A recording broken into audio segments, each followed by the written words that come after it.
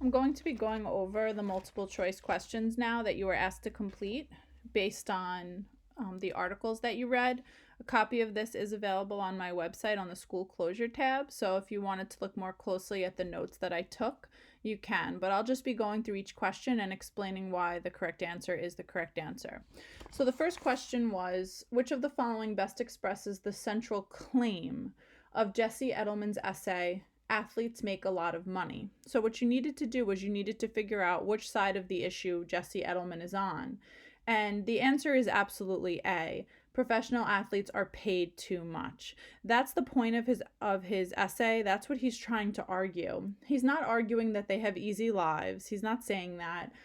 He's not saying that Tom Brady makes a large amount of money. That's not what he's solely focusing on. It's not all about Tom Brady. And he's certainly not saying that professional athletes deserve their salaries. So you're left with answer choice A, which is his claim, or stance, same thing, which is that athletes are just making too much money. Question number 2 asks you about the second article, the Mackenzie Caro article. And it says she makes all of the following points in her essay. Which point is not acknowledged by Edelman? So it's asking you, which of the following counter arguments does he not address in his essay? And he addresses A, professional athletes train hard. He does acknowledge that. He says they work very hard. But his point was, do they work harder than the people who work to save people's lives on a daily basis? He does acknowledge that professional athletes' careers are short. He says that. But remember, he says, yeah, but they're able to go on and have careers after. And he does acknowledge that injuries are a problem for professional athletes, but he says that that's true in a lot of other professions as well. The only point that Mackenzie Caro brings up that Edelman doesn't address is D. Professional sports create jobs for many people. That was one of her strong arguments, and that wasn't something that Edelman addressed. So the answer is D. Question number 3 says, which of the following is an example of a counter-argument in Edelman's essay? The counter-argument is the other side, the argument that's given to support the opposite stance that Jesse Edelman has.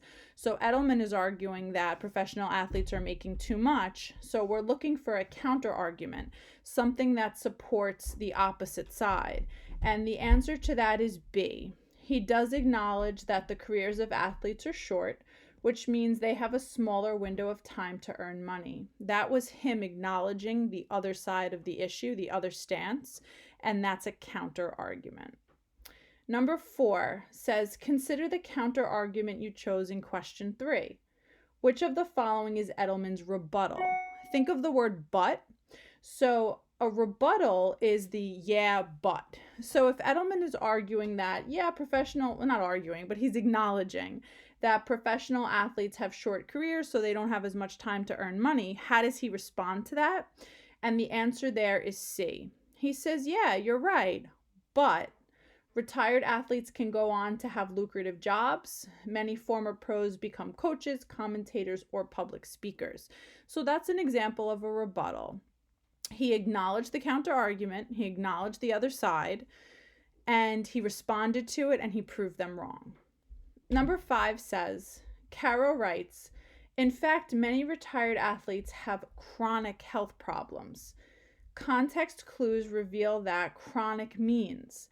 So this was when she was talking about Wesley Walker. So a chronic problem, if you don't know what that means, you kind of have to look at the answer choices and eliminate. Expensive is not going to work. Wesley Walker doesn't have an expensive health problem. Remember, he's the guy that can't open the water bottle.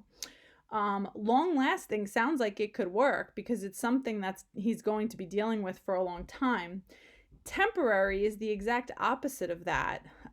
She says that Wesley Walker has nerve damage. If you think about that, is nerve damage temporary? Is this something that he's going to be getting over anytime soon? Probably not. So I don't think it makes sense to say that retired athletes have temporary problems. Life-threatening is the only other one that could possibly work. Does he have a life-threatening injury? I don't know. Or health problem? I don't know. Chronic really means long-lasting. It's something that you can't get rid of. It comes back repetitively, like if you have chronic pain or a chronic headache or things like that. Question number 6 asks you about the caption on page 25. So that was the Mackenzie Caro article. And the caption for the picture there says, "Many athletes use their fame and fortune to make the world a better place. What could be added to the caption to strengthen that statement?" So she wants to use this picture and this caption to try to argue that professional athletes are doing good things with all their money. So if you showed a picture of their cars, I don't think that really helps your point that they deserve millions and millions of dollars so they can have fancy cars. The average amount of time an athlete spends at the gym each week, again, it doesn't support what Caro is trying to prove there, which is that they use their money for good cause. C, a list of commercials that feature athletes, that doesn't prove that they're using their fame and fortune well. But D does. A statistic about how much money athletes donate to charity. If she had included, how much money some of their foundations give to good causes, that would be a really strong statistic to put in that caption, because now you're thinking, okay, they're using those millions and millions of dollars to benefit the public. Question number 7 asks you about the Mackenzie Caro article. And it says the tone that she writes is sympathetic. She makes you kind of feel bad for professional athletes, like they're really deserving of the money because of all of the things that they go through. It says choose one statement below that does not support the claim. So choose one statement that does not show that there's sympathy in her tone. And the correct answer to that is C. No one can do what LeBron James does. That doesn't really make you feel sympathetic. It makes you admire him. Wow, he really does. He's impressive, but it doesn't show sympathy.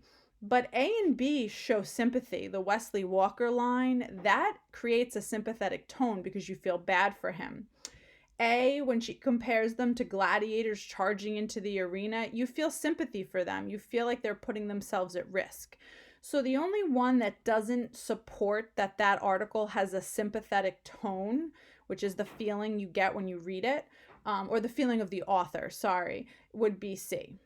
Number 8 asks, in the essay, "Athletes make a lot of money," that's the Edelman one, "he believes that professional athletes make too much money. Which line does not support that claim?" So the answer is B. That's the only one that's a counter argument. It supports the other side of the issue, that they deserve their money. A, when he talks about how much the president makes compared to athletes, that is definitely supporting his claim. C, that there are plenty of people who have difficult and dangerous jobs and they're not making millions, that supports his claim. And D, what does it say about our society when we pay athletes millions more than we pay people who save lives? That supports his argument. So the only one there that's a counter argument that does not support what he's trying to prove is B. Question number 9 asks you to go back to Mackenzie Caro's piece, and it asks for the tone as she describes LeBron James. And when she talks about him, she speaks about him as if he's, this godlike creature who can do these things that no one else can. And so the best answer to that is admiring. She admires him. She's not disapproving. Edelman is disapproving. She's not neutral. Neutral would mean she doesn't really show any feelings either way about him, whereas she does kind of look up to him and admire his talent. And D, there's nothing humorous about how she views him. So the best answer there is B, admiring. And then number 10 says, which line from the text best supports your answer to the previous question? So you needed to find a line that shows that she admires LeBron James, that she looks up to him. And so the answer to that is A. He makes slam dunks look as easy as hopscotch. He's broken the records of greats like Michael Jordan and Magic Johnson. He's a living legend.